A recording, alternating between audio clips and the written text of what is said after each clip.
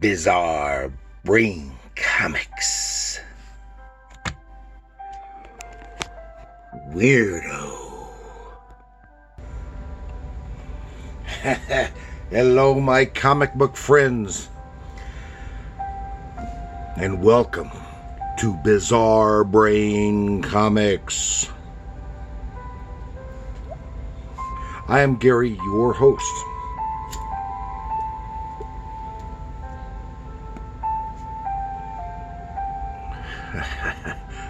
This is where I like to take a look at some older comics, talk a little bit about the characters and creators, and examine the stories and the art. This time I want to take a look at something here, because I've talked about underground comics before. Covered some of the stuff by Robert Crumb, and I'll feature some of his stuff again in the future. But this time I want to take a look at a few issues of Weirdo Magazine. And you may have never seen or heard of Weirdo.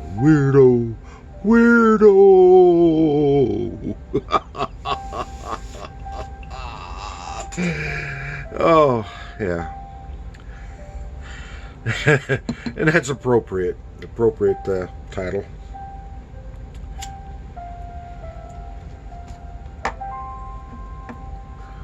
Weirdo, it was kind of like right on the cusp of the older underground comics and the later independent comics, but it's definitely an underground nature, and Weirdo is a comics magazine, magazine-sized comics anthology, and that is comics with an X. So be aware that even though I'm going to try to keep this kid-friendly, when I thumb through, you might see something kids shouldn't see. But I think this was even though it had probably had modest sales through its lifetime, it is kind of a groundbreaking and anchor publication for independent comics through the 80s. It was created by Robert Crumb and Aline Kominski-Crumb, and it was published on roughly a quarterly basis from 1981 to 1993, so it was 12 years.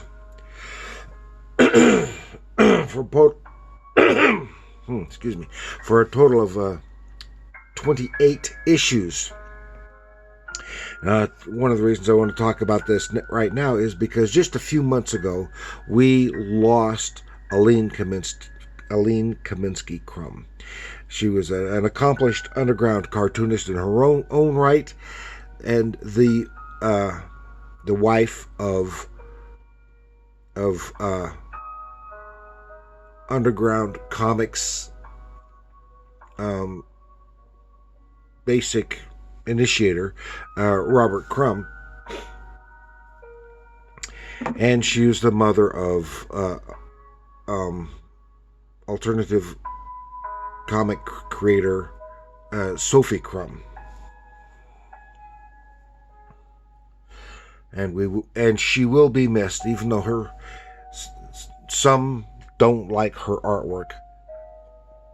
You gotta admit, she fits right in with the weirdo stuff.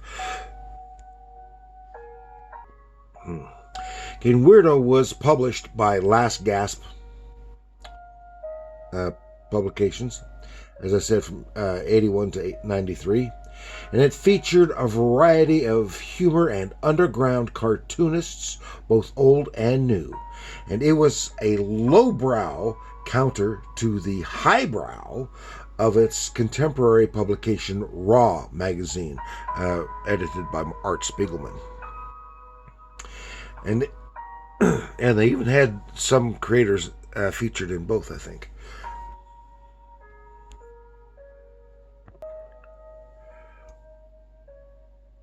Robert Crumb did most of the covers. Maybe he did all of them. I'm not sure, because I don't have all of them. I have a handful. I have here the first 5, and then I have a handful of others interspersed throughout its run.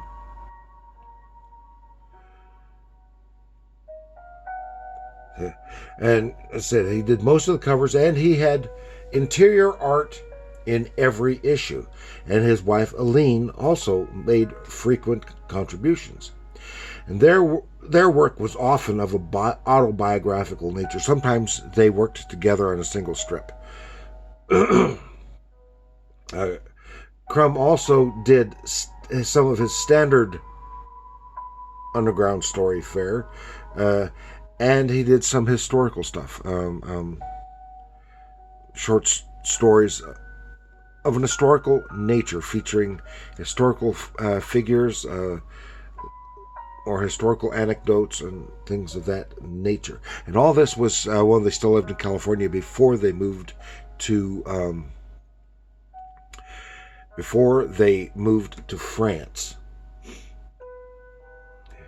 And this publication, it introduced many new creators to a wider audience. People such as Peter Bagg, who later was also, for several issues, was an editor of Weirdo. The late Dory Sita, who we lost way too young. She had a few stories in Weirdo, which gave her some notoriety, and she gave her the opportunity to publish a single issue of her own work, of her own comic magazine, before she passed away in her early 30s, I think it was. I can't remember what illness she had. And then also people like Dennis Warden, among others. And we'll see a little bit of that here. Okay, so I'm going to take a little look here. Now you look at here. This is issue 1, and I have issues 1 through 5 right here. And you may notice right off the bat, if you happen to know a little bit about these things, the cover design is inspired by the very early cover designs for Mad magazine. When Mad, in the 50s, when Mad first made the transition from standard comic book to the magazine format. And many of the early issues had this basic cover design.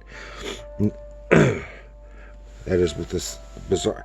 And this is very strongly influenced, of course, by also by Basil Wolverton work.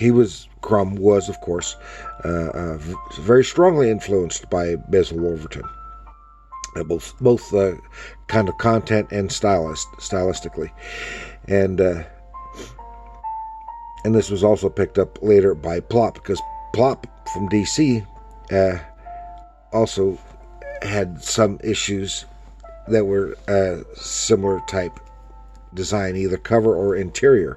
So you notice here it has the main illustration, and then you got the marginal stuff right here. All this doodly stuff by Crumb. You can just probably sit here for hours just looking at all of this stuff on the front cover. And then the back cover, Weirdo jeans, and it was, of course, a parody of Calvin Klein ad featuring Brooke Shields from over 40 years ago. Now, take a little look. Sarah had introduction cover, and then start right off with some Crumb. The earlier issues probably featured more Crumb than later issues, although some of the later issues were almost exclusively Crumb. Had a few things here, and remember, Crumb is kind of, I'm trying to keep it here, has a lot of sexist and sexy things that shouldn't say. This is pretty safe enough here, or what is considered sexist, often, and considered racist. Both his work and some of the other cartoonists. Yet most of the other so-called racist stuff, because they do use some of the old-fashioned, like 30s era racist depictions of minorities. But that is primarily as a counterpoint to make fun of some of the racist attitudes that were out there. And they had featured here, here's especially in the earlier issues, had some of these fumetti, that is photo comic strips by other creators and Crumb as well. And I gather that these were not very popular. I have to tell you, I wasn't that thrilled with them initially either. They are a little difficult to follow sometimes, and various quality of photography. So, but I think they are neat, and I plan on doing an episode on fumetti here sometime in the future. And that's what these are called, these strips. And they featured, of course, a variety of people. Crumb made some of them, and they featured various other things. Look at this. And this is from illustrations from some books. And here, Beauty Express, just some weird stuff. His brother Max was also an occasional contributor to Weirdo. Not so much stories, but sketchbook stuff. And here we have issue 2. I'm no dum-dum. Supposed to be a dumb bunny. And again, all the this very old-fashioned style cartooning, from the, like, cartoons from the 30s and that style. Now notice here you got the Kilroy was here type thing, which was Kilroy was here, and you can read all that stuff and see what did we have on the back. Reproduced an old ad, and I think they changed some of the text to be funny. They did that stuff. And well, I'm going to cover some of here because they had some stuff by Weirdo Spain Rodriguez, who I've talked about before. I really like Spain's work, and that's all we're going to cover with Spain. Some more naughty stuff, but it's not too naughty. In the fumetti, and I guess their fumetti was never reproduced in the complete Crumb stuff. And then I'm going to too slow. Here's some more just silly stuff. Fumetti. Here's some Kominski Eileen's stuff. I guess she's pregnant at this time. And she's featured here in this fumetti, or one of these, while she was pregnant with Sophie.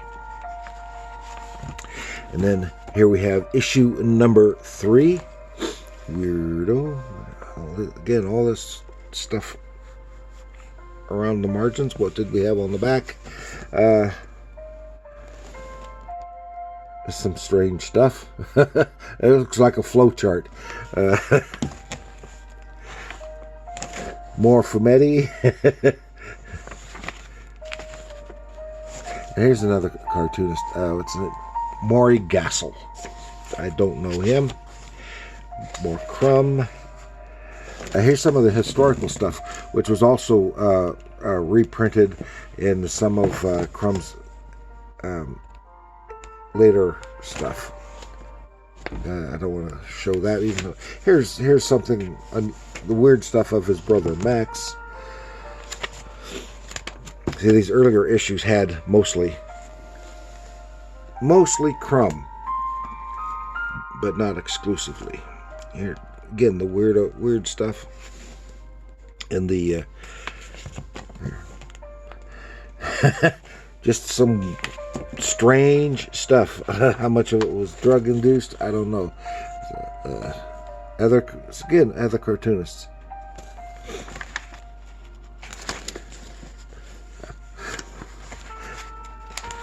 More from here it is. This is when Aline was pregnant with Sophie, and some weird stuff. And here we have, I don't want to cover too much of that, is some stuff by Dory Sita, who I mentioned earlier on. It has some nudity in there I don't want to cover.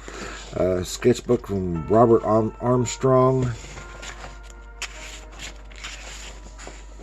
Oh, here, yeah, I wanted to show, because Drew Friedman, who became very well known, I don't think I've seen anything more recent from him, but his stuff did some marvelous pointillistic portraits and caricatures of people, and I think some of his stuff was also printed in Raw and various other publications, and he never did a whole lot, just because, but there's a good deal of his stuff out there, because it is so time consuming with all this pointillistic style. It could take him days to do a single page. And some more of the Fumetti, and they did away with the Fumetti in some later issues. Here's some of the very racist imagery representation here, but it's not intended to be racist. It's a counterpoint to the racist images. Then a thing about what did they call it? Church of Bob or something. I've forgotten the name of it.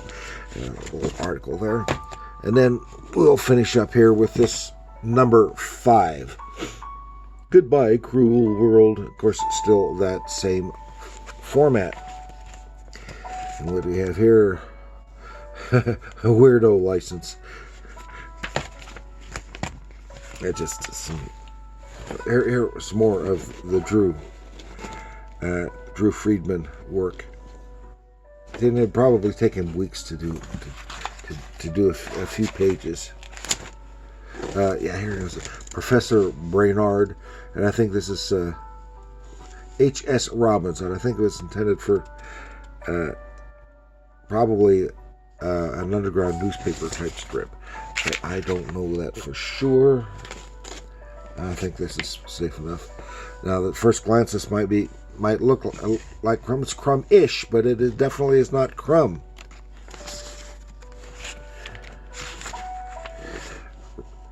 Ricky Dickner's activity book.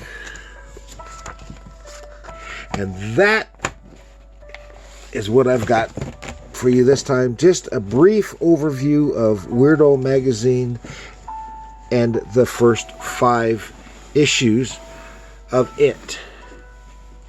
And I'll probably cover some more of the Weirdo at another time. So this is definitely underground and definitely stuff for adults, but it is a part of comics history. And if my viewer here happens to be underage, be aware. You have to wait until you're 18 to legally buy this stuff and look at it, because It was in the adult section at the comic shop where I bought this stuff. You don't ever see these anymore. But there are out there at some stores or online or eBay or what else? Maybe on Amazon. I don't know. And it is